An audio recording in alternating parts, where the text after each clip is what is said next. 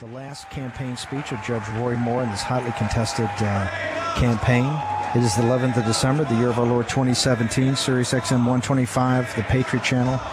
We are live. We have Sheriff David Clark, who spoke earlier, and quite honored to have the one and only Judge Roy Moore. I got to tell you, to end this campaign with a recitation of the most powerful part of the Gettysburg Address was very moving, particularly in an audience of veterans, and you introduced by Captain Bill Staley, who served with you in Vietnam. Judge Moore, thank you for joining us tonight. Well, thank you. It's nice to be with you, Steve.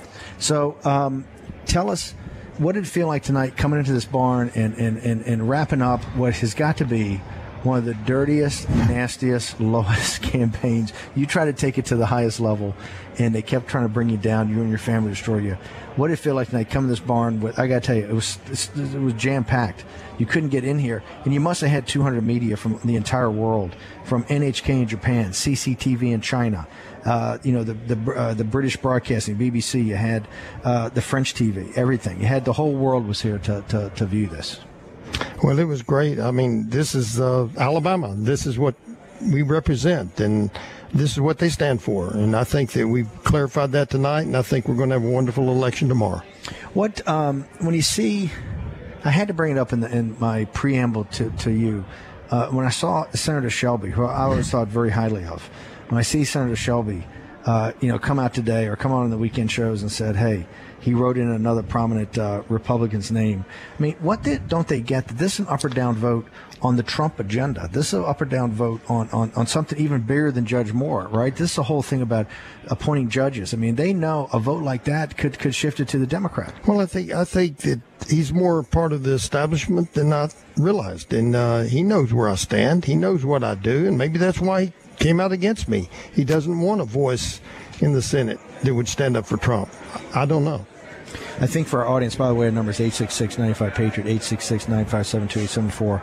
Your lovely wife is here. I think for human interest, people want to know, how can anybody go through what you and your wife went through over the last 6 or 8 weeks? Young people, that's what I said in my speech, young people that want to go into politics, they're trying to destroy you and they're trying to destroy Donald Trump because they're trying to show this movement that if you step up and want to represent the working class people in this country, the middle class people in this country, they're not going to just look to defeat you at the polls. They're going to look to destroy your entire reputation and your being. What did you fall back on?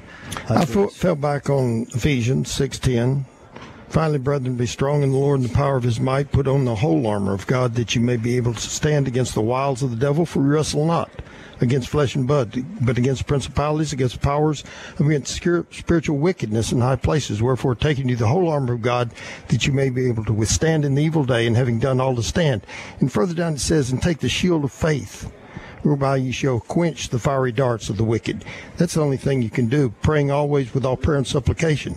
But then it finally says, and as for me, that I may open my mouth boldly to make known the mystery of the gospel, for which I am an ambassador in bonds, that therein I may speak boldly as I ought to speak. That's what I do. I speak boldly. I don't worry about the consequences, and you face the world when you do. Before I let you go, what was this campaign about? This campaign was about truth, about right, about what this nation was founded upon, what we must return to have the nation again be whole. And I think we've got to get away from this politics by party and go put principle over party and stand up for what we're founded upon. All men are created equal and endowed by their Creator with certain unalienable rights, that among these life, liberty, and the pursuit of happiness, and that to secure these rights, governments are instituted among men, deriving their just powers from the consent of the governed. It's the people and what they feel. And this, I think, is what Trump is about. I think it's what I'm about, and I think what politics must be about. Did you ever believe you get in a situation where the Republican establishment is really been your biggest opposition, not Jones, but the Republican? It's making them identify themselves. There's still good Republicans up there. There's still good senators, but there's a lot that want to just keep it the way it is.